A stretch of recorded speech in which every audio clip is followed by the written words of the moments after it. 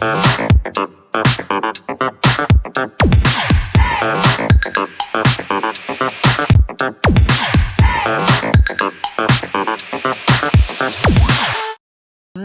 you have some time to look at questions 1 to 3.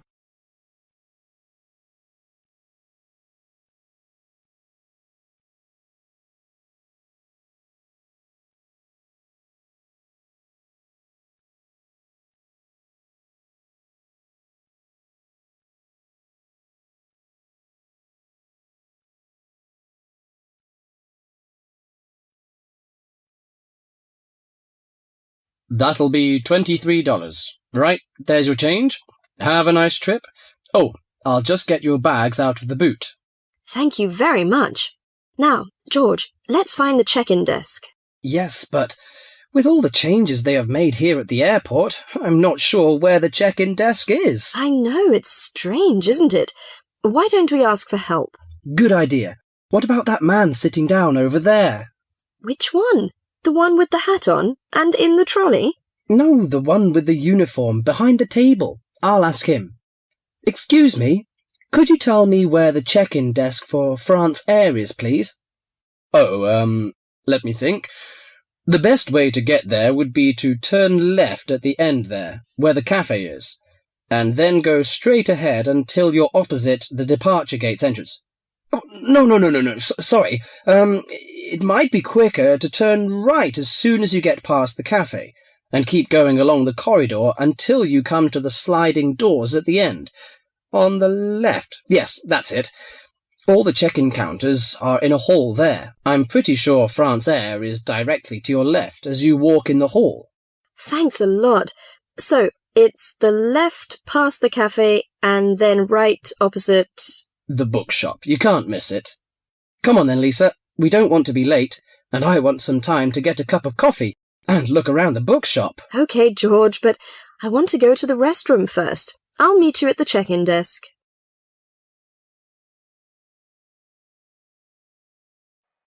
Before you hear the rest of the conversation, you have some time to look at questions 4 to 10.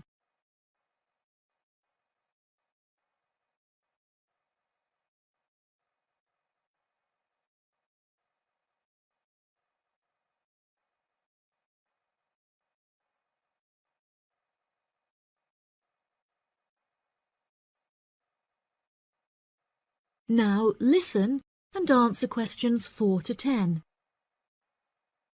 Good morning. Can I help you? Yes, I would like to check in for flight FA492. Very good. Can I have your ticket and passport, please? Oh, yes, here you are. Okay, thanks. If you could just put your suitcase on the scales. Oh, I have this extra box that I want to take as well. Okay, well, that's extra luggage, so I'll have to get you to fill out an excess baggage declaration certificate. It'll cost extra, I'm afraid. Let me see. $40 exactly, if the total value of your contents is under $400. Oh, well, what's the form for? It's just a form you have to fill out so that if there are any problems, we'll know where you are and how to contact you. So, if you can give me a few details, I'll key in the information. Okay then, your passport says your name is Lavier. Is that right? Yes, George Lavier. George, Lavillliers.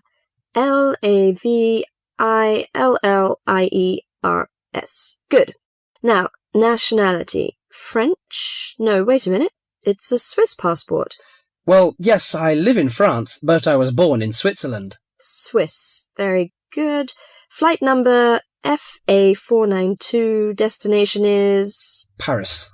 Are you connecting with any other flight in Paris, or will you be staying there?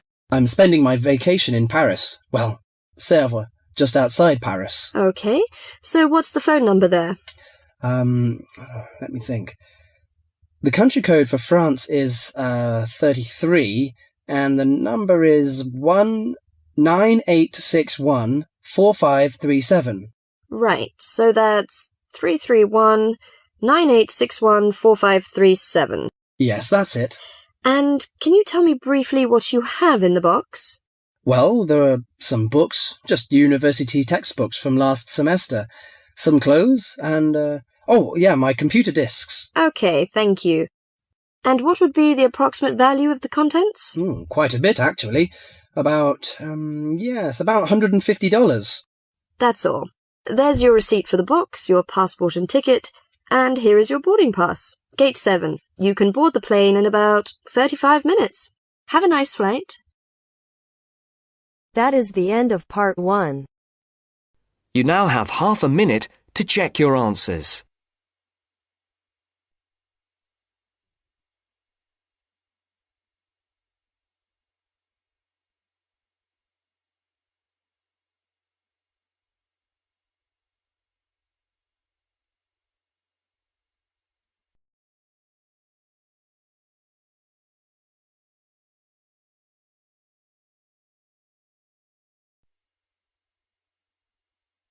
Now turns to part 2. Part 2. First, you have some time to look at questions 11 to 17.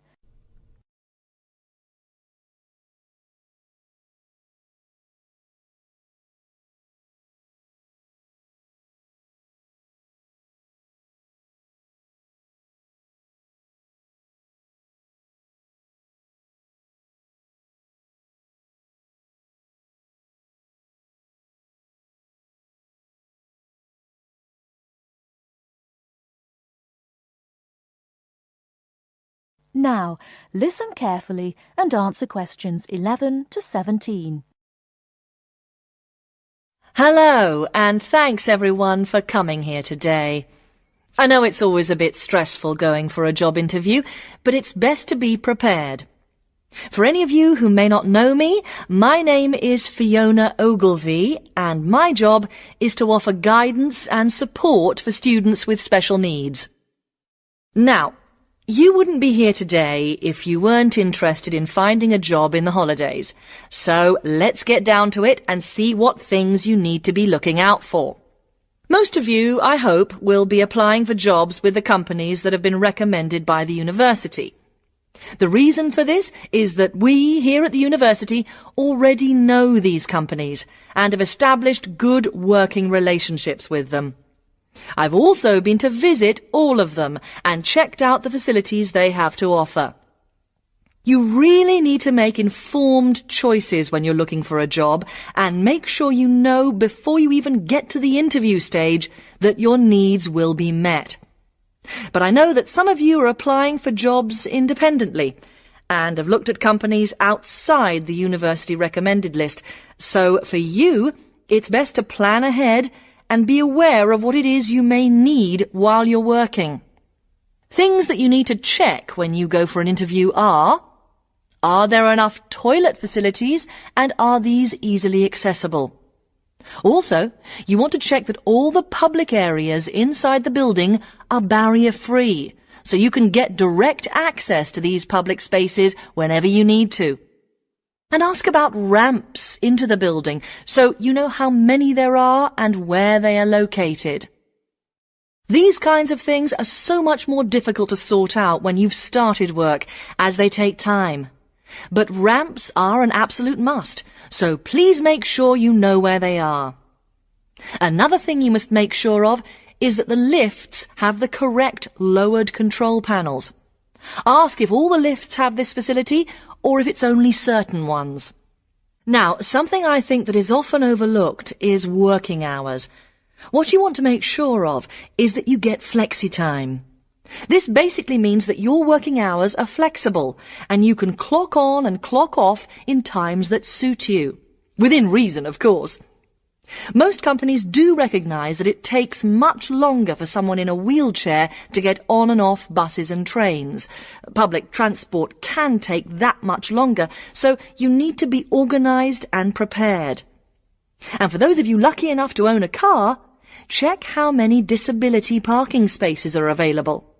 Remember that it's your right to have a disabled parking space. These also need to be near enough to a wheelchair accessible entrance or ramp. OK, are there any questions before we move on? Before you hear the rest of the talk, you have some time to look at questions 18 to 20.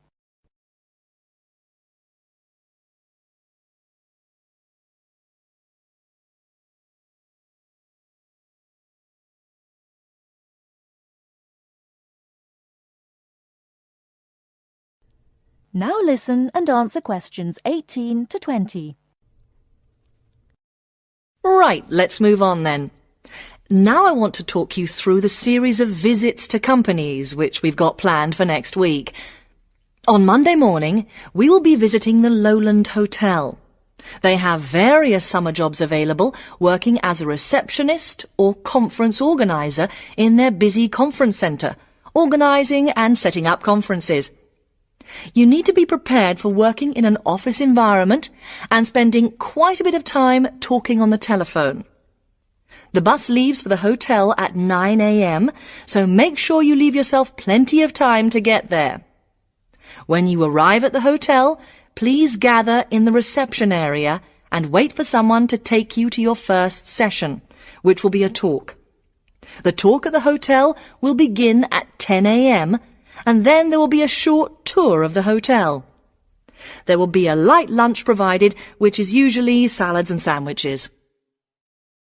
The next place we'll be visiting will be on Tuesday afternoon. We'll be going to visit a little local company that makes handmade paper and cards. For those of you studying art, this may be just what you're looking for. We'll be taken on a tour of the company which lasts 3 hours. The tour will start at 3:30 p.m, and after that you'll have a chance to meet some of the staff. Tea and coffee will also be provided. We have no trips planned for Wednesday, but on Thursday morning we'll be going to Tobago Travel Agency. This is a very popular choice amongst our students because you can get student discounts on holidays. We've booked a coach for this, and it'll leave from outside the refectory at 8 a.m. You'll need to bring a packed lunch for this, so please don't forget. There is a little canteen where you can buy hot and cold food, but this is closed on Thursdays. Friday, we'll be having representatives from all the companies visiting us, so you will have a chance to ask any questions, and of course, put your name down on the list if you're interested in working for them over the summer. This event will take place in the main hall next to the library, and it'll run from 10:30 until 4. I really hope you make the most of this excellent opportunity to not only earn yourself some extra money, but also to gain experience of what it's like to work. And if you'd like to find out more, then please ask some of the students who worked last year. They're all wearing green badges and will be happy to speak to you afterwards. That is the end of part 2. You now have half a minute to check your answers.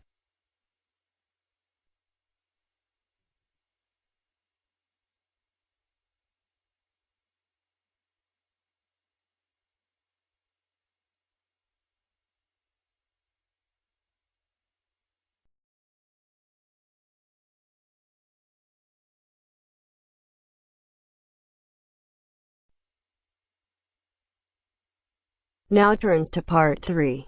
Part 3. You will hear a tutor and 2 students discussing the best ways to study. First, you have some time to look at questions 21 to 25.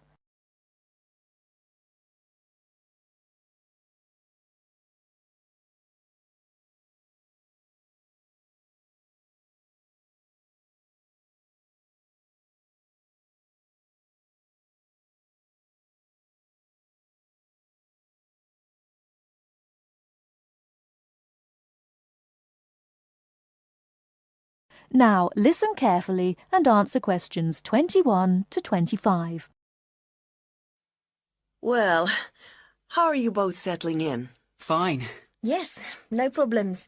So far, anyway. Good. Remember that as your personal tutor, I'm here to help you if you do have any difficulties. Now, as you know, lectures start on Monday, so I thought we'd look at a few ways of making the most of them, especially in terms of the notes you take. Let's begin by thinking about what you can do before you even go to the lecture. Any ideas? Make sure you're up to date with all the background reading, so you know plenty about the subject already. Yes, that's essential. The lecturer will assume you have that knowledge. Anything else, Carlos? Well, Check what the topic's going to be. Of the lecture, that is. I'd go a bit further than that and consider what the content may be. Then you could ask yourself some questions that you want answering, and listen out for the relevant information during the lecture. Okay. Now that brings us to the lecture itself and the actual business of writing notes. But there's a lot to deal with there, so we'll come back to that later. What I'd like to do for the moment is continue with the process of note-taking and move on to the next stage. Any suggestions for what that might be? When the lecture is over, you mean? Yes, once you're able to sit down somewhere quiet with your notes. Read them? More than that, you need to make sure they'll still make sense to you weeks, months later. Edit them? Yes, that's what's needed. It's well worth spending a few minutes on it. Any missing words, anything difficult to read, things you didn't have time to jot down, now is the time to do so, while everything's still fresh in your mind. Right. And after that, when's the best time to revise them? When do you think, Carlos? I'd say just before the next lecture, in the same subject. Precisely. That's a vital time to look at them again, for obvious reasons. But it's definitely not the only time. When should you revise them again? A month later, maybe? Sooner, and much more often than that. I'd recommend you look at them again once a week. That's why it's so important they're complete and easy to follow.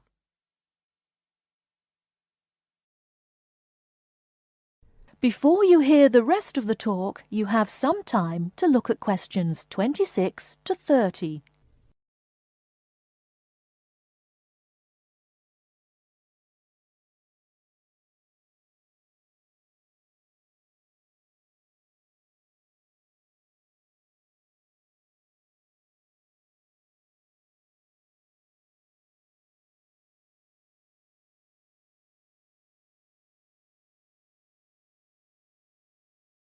Now listen and answer questions 26 to 30. Right. Let's go back to note-taking and begin with the basics before the lecture has even started. What should you do when you walk into the room? Get a good seat, at the front if you can, where you can hear clearly and avoid distractions. Yes, though obviously others will have had the same idea, so it's as well to get there a bit early. So, when the lecture's underway and you're busy jotting things down, what should you try to ensure? That you're getting all the main points. And what if you don't catch something you know must be important? I'd leave a space. Then I could check it later, perhaps by asking a question at the end and fill it in afterwards. That's an excellent way to deal with it, yes. And there's something else I'd like to mention here. Talking about going through notes afterwards, it's absolutely vital that what you write is legible for one very good reason. It saves time. You'll waste many hours during the course if your revision is held up because you can't read what you've written.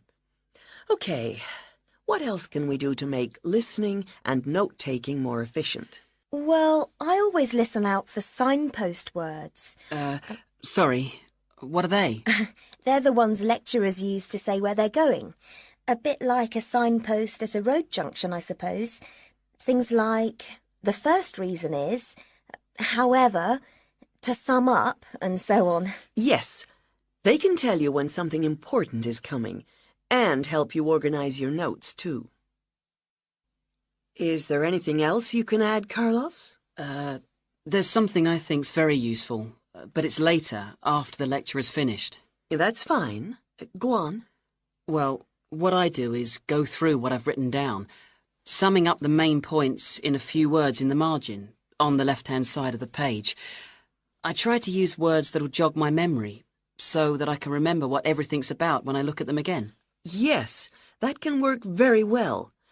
What some people do to review their notes is cover up their full notes from the lecture, maybe with a piece of paper or a card, and concentrate just on what they've put in the margin, trying to recall the details. Then they move the cover down a little and check whether they were right. Or you could put your main points on another piece of paper and clip them together. Instead of covering and uncovering, you just hold a page in each hand. Sure. It's down to personal preference, really. Everyone has their own learning style. That is the end of part 3. You now have half a minute to check your answers.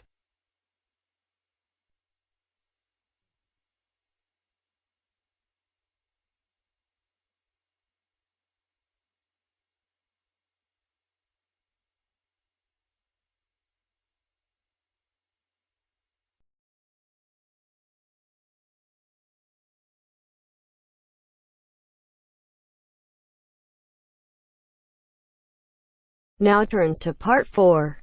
Part 4. You are going to hear a talk on 2 famous American presidents. As you listen, fill the missing information in the notes below. First, you have some time to look at questions 31 to 40.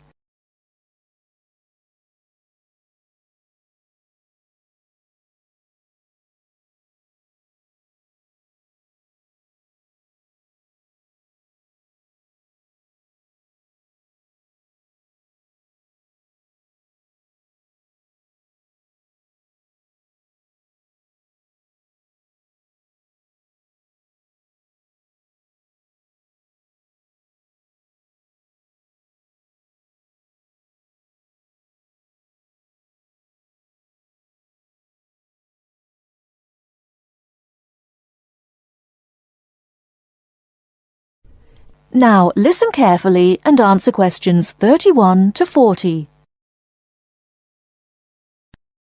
John F. Kennedy and Abraham Lincoln lived in different times and had very different family and educational backgrounds. Kennedy lived in the 20th century, while Lincoln lived in the 19th century. Kennedy was born in 1917, whereas Lincoln was born more than 100 years earlier, in 1809. As for their family backgrounds, Kennedy came from a rich family, but Lincoln's family was not wealthy. Because Kennedy came from a wealthy family, he was able to attend expensive private schools. He graduated from Harvard University. Lincoln, on the other hand, had only 1 year of formal schooling. In spite of his lack of normal schooling, he became a well-known lawyer. He taught himself law by reading law books. Lincoln was, in other words, a self-educated man. In spite of these differences in Kennedy and Lincoln's backgrounds, some interesting similarities between the 2 men are evident. In fact, many books have been written about the strange coincidences in the lives of these 2 men. For example, take their political careers. Lincoln began his political career as a U.S. congressman. Similarly, Kennedy also began his political career as a congressman. Lincoln was elected to the U.S. House of Representatives in 1847. Kennedy was elected to the House in 1947. They went to the Congress just 100 years apart. Another interesting coincidence is that each man was elected President of the United States in a year ending with the number 60. Lincoln was elected President in 1860, and Kennedy was elected in 1960. Furthermore, both men were president during years of civil unrest in the country. Lincoln was president during the American Civil War. During Kennedy's term of office, civil unrest took the form of civil rights demonstrations. Another striking similarity between the 2 men was that, as you probably know, neither lived to complete his term in office. Lincoln and Kennedy were both assassinated while in office. Kennedy was assassinated in Dallas, Texas, after only 1,000 days in office. Lincoln was assassinated in 1865, a few days after the end of the American Civil War. It's rather curious to note that both presidents were shot while they were sitting next to their wives. These are only a few examples of the uncanny and unusual similarities between the destinies of these 2 American men who had a tremendous impact on the social and political life of the United States and the imagination of the American people. That is the end of part 4. You now have half a minute to check your answers.